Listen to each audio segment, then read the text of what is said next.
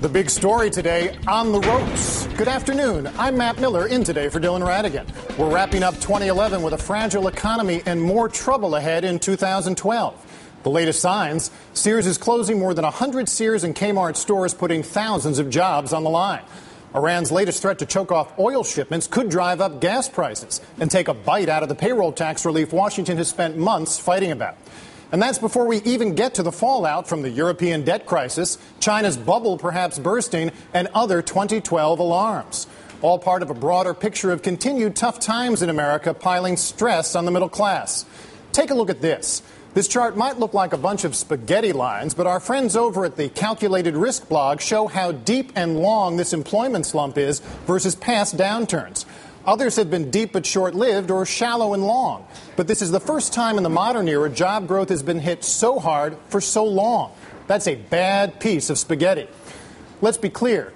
We're not helpless in the face of all this. There are things we can and must do to reverse the 2012 outlook. That's why Dylan is heading out on a 30 million jobs tour next month. But to get us all clear on how to think about the stakes, we've got a man who spent much of his career advising presidents on just these questions. So think of this as your personal presidential briefing on the 2012 economy. Princeton economics professor Alan Blinder is a former vice chairman of the Fed and was a member of the president's Council of Economic Advisors during the Clinton years. Alan, thank you very much for joining us. Good to be with you. As we try and give people a sense of where things are, what should folks understand first about the near-term outlook on the job situation? Well, I think the first thing to understand is we fell into a really, really deep hole, and we're just barely crawling out of it. I don't know which is worse. The hole was terrible. We should never have fallen into such a big hole. But it may prove to be worse in the end that we're crawling out so slowly. As your graphic showed, we've made progress, but not very much progress on this jobs gap. And what's the reason for that? Well, I think there are many. There's no short answer to that. One is the ruination of the financial system, which has made borrowing and credit very difficult to do. One is the sheer depth. Another is the running out. I don't want to say running out, but the using up of all the heavy artillery by the Federal Reserve and needing more. Now they're down to light machine gun fire, and they're headed for BB guns. They'll do everything that they can. And finally, contrary to what a lot of people think, the relative timidity of fiscal stimulus relative to the problem. It was big in an absolute scale, but the problem was enormous. And that's something people need to understand, because the Republicans typically attack the socialist Obama-like stimulus, but mainstream economists really on both sides would say that the output gap, the hole we were in, was much bigger than what the actual stimulus was. Say a word about that. Much bigger. I mean, the output gap got, there's controversy in measuring it, but think about a number like 8% of GDP year after year until we get back. Now it may be 6 or something like that. We did one shot 5% of GDP spread out over some years. The biggest hunk came in 2010, and I think that was around 2.6 or 7% of GDP in that one year, much less than all the other years. So do the math. Now, what does that mean that the jobless rate's going to be on the eve of the election? It's 8.6% today. What's your best guess of what it's going to be when Obama's asking people to pull the lever again? My best guess is pretty close to 8.6%. Which is not a good thing for an incumbent to run on. Now, do you think he can, the prospects of actual action out of Washington seem kind of grim in the months ahead. Do you have any hope that something can be done in the near term? What's your take on this whole payroll tax back and forth? Well, not very much hope. First of all, I guess we should all thank heaven that we got the payroll tax continuation, because otherwise that was going to be a heavy fiscal contraction. But that's only 2 months, right? It's crazy. Well, I'm assuming we're going to get the other 10. That's a political assumption. Yeah, you're quite right. If it's only a 2 month, almost who cares? I'm assuming that it's going to be for the year, so we will not get that contraction. After all, it is an election year, and nobody really wants to. And yet that still means, even if it gets extended, unemployment's still going to be 8.6. It's not going to make much of a dent. Right. You remember what the extension is, just preserving the status quo. The status quo recently has been positive but kind of meager growth in the range of 2% or so. That's not enough to make a real dent on the employment problem. The fear was it was going to get worse, that we'd have a fiscal contraction because of the expiry of the payroll tax. Now, you're not a politician, obviously. You advise politicians, but why in a situation like this wouldn't Obama have been putting out a much bigger plan to run on if nothing was going to happen anyway? My frustration has been, why not go for a real, blow off the doors plan so that, this is what I'm trying to do, not something that even, his stimulus, which was non-trivial, people said would add 1 or 2 million jobs. There's something like 25 million people, right, who need full-time work who can't find it. Well, I can't second-guess the president or his political advisors, but I think they thought, correctly, by the way, that even asking for the $500 billion or so, that whole jobs package with all its pieces, only one of which we've just been talking about, was way, way beyond what the Congress would give him.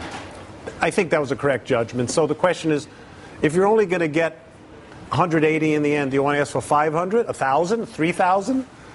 You're only getting 180 in the end. I still wish he'd go big, but look, that's their choice. Talk about 2012 for a minute. I know you've been worried about Europe. I think a lot of people don't understand.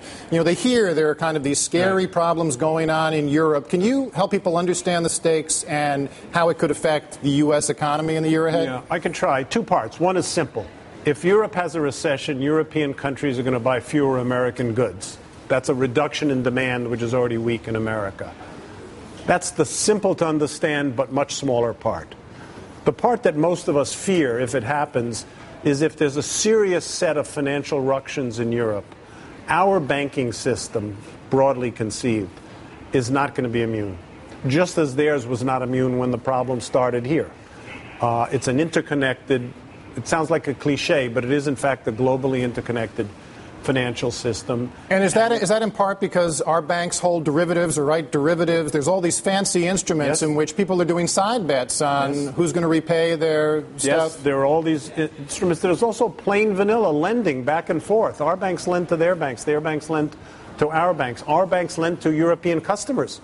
European banks lend to American customers. So even if you don't leave the realm of plain vanilla simple banking, there are tremendous interactions. In addition to that, there are all these derivatives and a variety of other things. And so do you think what Europe did recently, the various moves they've taken, or their central bank kind of backdoor financing to the banks, maybe in hopes of avoiding that banking crisis, good enough, buying time? What's your verdict? Certainly buying time, and knock on wood, this isn't wood, but I'll knock anyway, good enough. We don't know.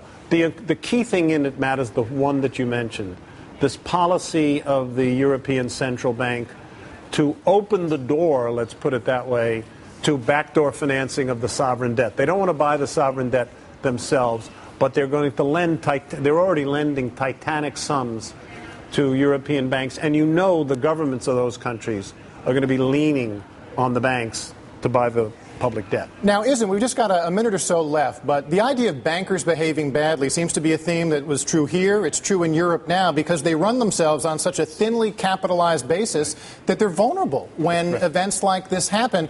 What happened to any sense of stewardship? I mean, it's a huge theme of Dylan and mine that, the idea that you can, the less capital you have running the bank, the bigger bonuses you can pay because you can do a higher return on equity and show that for your shareholders. What's the way out of this mess? Well, first of all, if you're a benevolent dictator, Alan Blinder. I agree with all that, but you also want to remember that a lot of this was unforeseen and maybe unforeseeable. This is the worst financial rupture we've had since the 1930s. To your point, you get a safer banking system if you require them to hold more capital, and also, by the way, more liquidity. And they're still fighting that. They're still fighting it, but they're losing. Now, you could say, well, even 7%, even 9% capital isn't enough. But if you make it too high, you start choking off lending. So there is a delicate balance to be made. The bigger problem was that many of these capital requirements were honored in the breach via derivatives, via off-balance sheet operations, complicated things that accountants and lawyers get paid, maybe some economists too, to devise. Now, just 15 seconds, last question. What's one source of hope for you in the next year?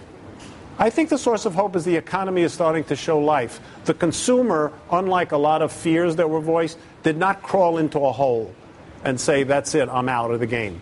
The consumer is still in there spending as the money comes in. The problem is the money's not coming in fast enough. Alan Blinder, thanks for taking the time for this personal presidential briefing for the folks at home, and happy holidays to you and your family. Happy holidays to you too, Matt.